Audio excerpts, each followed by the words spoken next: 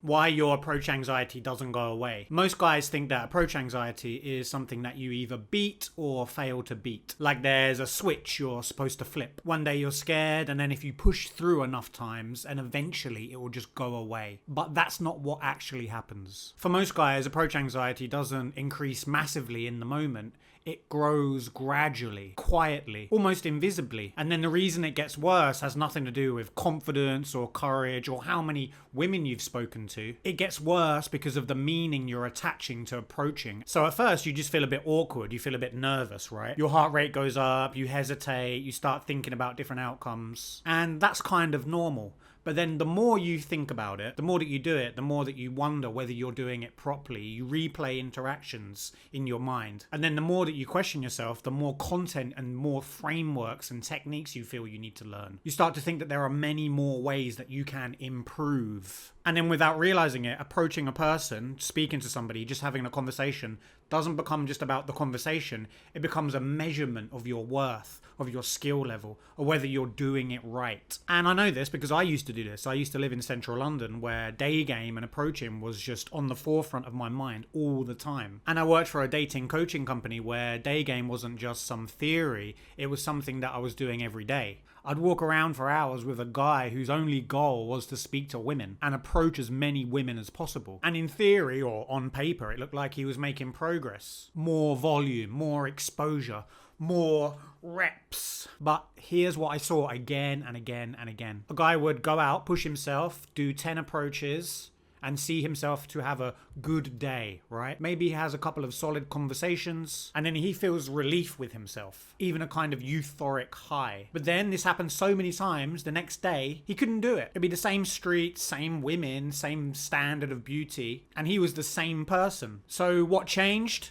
Pressure. That's what changed. He's now putting a different type of pressure on himself. He now has a different standard he's trying to reach.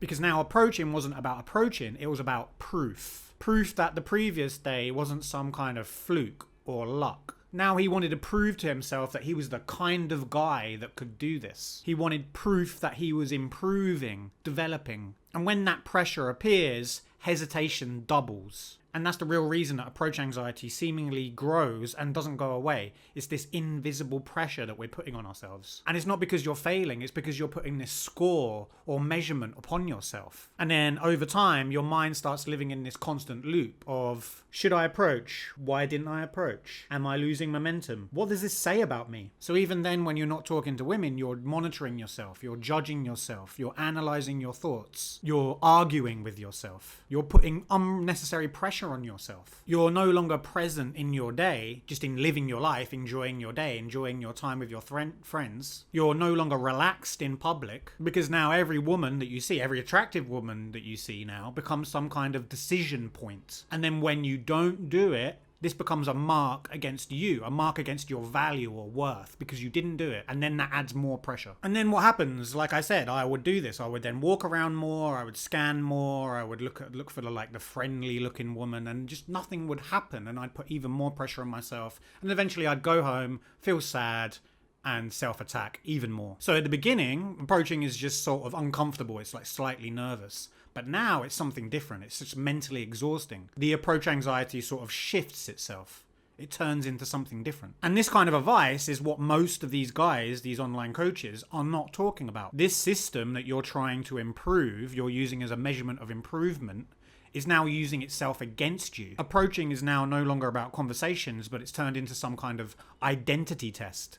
A test of worth. And once something becomes an identity test, your nervous system will just treat it as something very dangerous. So then avoidance increases and anxiety seems to increase also. Whereas you would think because if you do it more, then the anxiety would go down. No, that's not what happens. In fact, it's just making it worse. And let me tell you something. This isn't because you're weak. It's not because you need to push through harder or you need to overcome your fear or kill your fear. All of that advice is making things worse. All of this is because you've learnt a system. You've learnt a rule. And that rule is approaching is deciding something important about who I am. So now this outcome of approaching is carrying so much weight.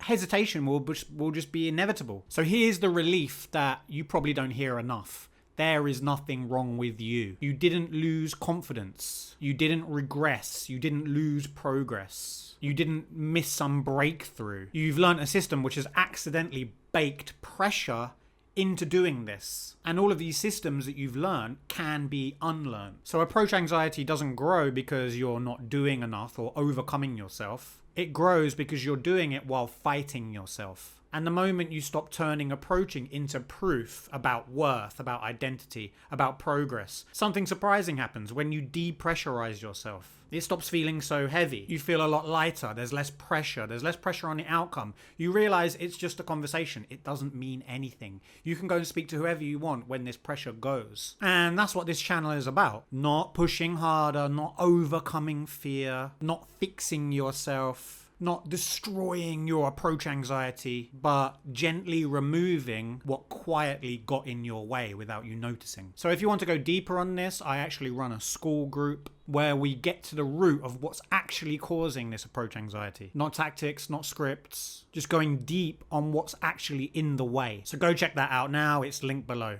Anyway, thank you for watching. If you want to learn the number one thought that's actually stopping you from going out and speaking to whoever you want, go to this video here next.